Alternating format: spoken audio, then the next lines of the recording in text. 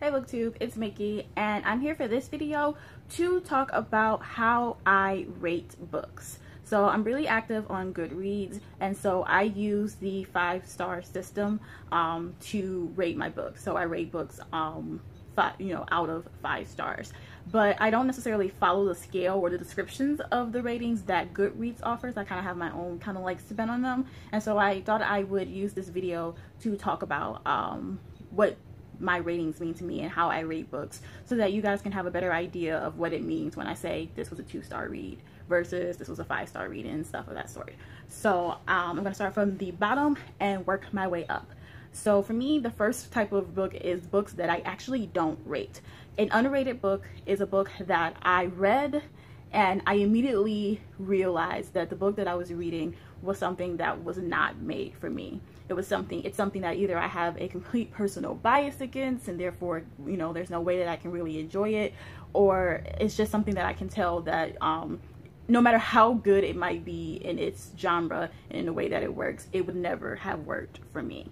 So for instance, I didn't rate The Alchemist by Paulo Coelho, even though I did read some of it. I got like 10 pages into that book and I immediately realized that it was not for me.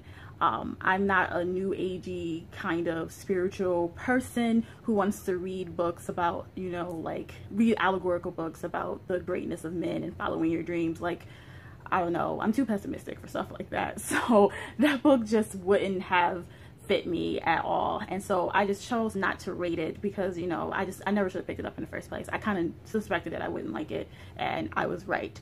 Another thing that I didn't rate was The Hitchhiker's Guide to the Galaxy by Douglas Adams.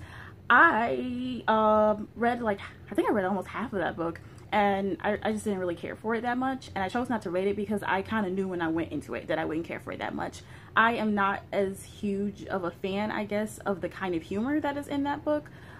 It's the type of humor where I see why it's funny. I understand the joke. It's not that I don't get the jokes, but they just don't affect me the way I feel like they affect other people. And so I kind of knew before I went into the book that I didn't like it, that I probably wouldn't enjoy it that much. And so I decided not to fault the book for that, because I just have my own personal experiences and biases and stuff that exist that kind of keep me from enjoying the book. Now, a 1-star read is a book that should be in my wheelhouse. And my wheelhouse is actually pretty broad. If you pay attention to my channel and you look at the books that I read very widely across several different genres. So my wheelhouse is pretty big. And so it would be a book that is in my wheelhouse but does absolutely nothing for me. I hated reading the book. My experience of it was just completely boring and uncomfortable, or it was just something that I really didn't enjoy. And not only did I not enjoy it, but I can't understand how anybody else could have enjoyed it either. There's just some things about it that was just so glaringly bad that even though I will listen to someone argue about why this thing is good, there's just no part of me that will ever agree with someone else. So the short way of explaining it is, a 1-star book is a book that I really didn't like, and I have absolutely no idea why other people do. A 2-star read is a book that I really didn't like, but I do understand why other people liked it. I can see what other people see in it. I can see who the audience for this book might be, and kind of have an understanding of why it would appeal to them, even though it didn't necessarily appeal to me. I guess it's similar to how I think of unrated books, except for the fact that I feel like the book should have worked for me, and the fact that it doesn't is something, is usually because there's some flaw in it that I think is problematic, or something that just doesn't work. But I definitely can see how it works for other people. So for instance, The Book Thief by Marcus Zusak. I didn't like The Book Thief. I thought it was poorly written and slowly paced, and I just didn't enjoy it. But I have a great understanding of why other people like it. I think that the characters are extremely likable and very engaging, and I definitely can see how the people who that book I can definitely see how the people who that book is aimed towards, I can see how they would really, really enjoy it. Because if I had read that book when I was 13 or 14 years old, I probably would have loved it, because 13 and 14-year-old me wouldn't have really cared about the writing style or things of that sort. And so, I wouldn't have minded if I was reading a Holocaust narrative that I thought was kind of simplistic.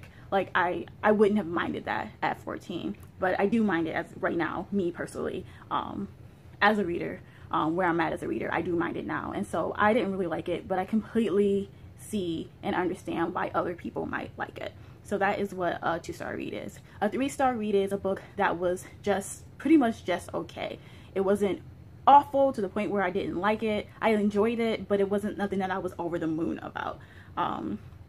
There's usually something about it that really bothered me, or that I didn't find interesting, or that I thought was poorly done, that just kind of keeps me from being able to say, ooh, you know, really recommend it very strongly. But it's something that is, but it's not awful, and it's not something that I think it's definitely something that I can see other people really liking. For instance, I read We Are Completely Beside Ourselves by Karen Joy Fowler, and I liked it. I thought it was fun. I liked the narrator of that book a lot. I thought that it raised a whole lot of questions and brought up some questions about specific issues without being too didactic.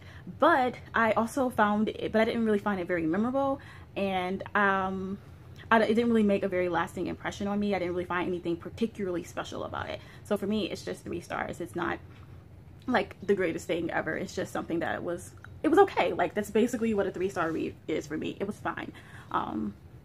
Nothing too bad, nothing too good either though. 4-star and 5-star reads, the best way to talk about them is I have to actually, in order to explain what a 4-star read is, I have to first explain what a 5-star read is, because a 4-star read is basically just a book that doesn't quite make it in the 5-star read. It's missing some sort of element or something that keeps it from being a 5-star read. So a 5-star read is a book that pretty much checks off all of the boxes for me, all of the things that I look for when I pick up a book. It's a book that is well written and well constructed, a book with a well developed plot, with interesting characters and good character development that brings up themes and things that make me think, and is also a book that the experience of reading it is in some way extremely memorable. And there are moments of, I can't say pleasure always, because there are some books that I've read where the experience of reading it was impactful but not necessarily pleasurable, but it's just something that kind of moves something in me. Like, the very experience of reading it is something that was great and something wonderful to experience. It is also usually when it comes to genre fiction, 5-star genre fiction reads for me is a book that transcends the genre. It's a type of book where even if a person wasn't really a fan of the genre or a fan of that style of writing, they would still be very much interested in what in the book itself. So a 4-star read is basically a book that I really, really like and strongly recommend, but it misses one of those points. You know, maybe it was a really great experience, but there was some issues with the writing, or maybe there were great characters and the story was fine, it was well written, but the experience of reading it was like hard and arduous and kind of in a way that just kind of keeps me from giving 5 stars. I don't give 5-star books to books I didn't enjoy reading, even if I can see the value in it, because there are so many books out there that I have read that I see the value in and manage to enjoy reading. So I feel like those books deserve higher ratings than those that don't. And so, yeah, a 4-star book is just a 5-star book that fell short. So, like a 5-star read for me, to give you an example, would be, for me at least, Middlesex by Jeffrey Eugenides. That book for me I thought it was well written. I really liked the narrative voice in that book. Sorry, there was a fruit fly. I really liked the narrative voice in that book. I really liked the characters. I thought that the plot was interesting. And I had a really great experience reading it. Of course, a 5-star read isn't flawless. There's definitely some issues that I see in Middlesex, but the thing is, the overall experience of reading it and the things that I enjoyed in it were so great that I can kind of overlook those things. I can acknowledge that they're there, but they didn't affect my overall experience of the book. So those are kind of a really quick overview of the way that I rate books. I'm going to be uploading shortly after this a really brief survey of all the books that I've read so far this year, and so this will give you a good idea when you hear the star ratings that I gave those books of how I really felt about those books. So in the comments below, please let me know how you personally rate books and what your rating system is. If you do not follow me on Goodreads and you have a Goodreads account, please add me. My information is down in the description box below. I update my Goodreads a little bit more often than I do my Booktube account because it's a little bit easier to do, and I just love being able to have discussions on that forum. So if you would like to see some of my reviews and keep up with my reading that way, and I can also get the chance to see what you're reading, I really appreciate that. So I am going to sign out, you guys, and I will talk to you soon. Bye.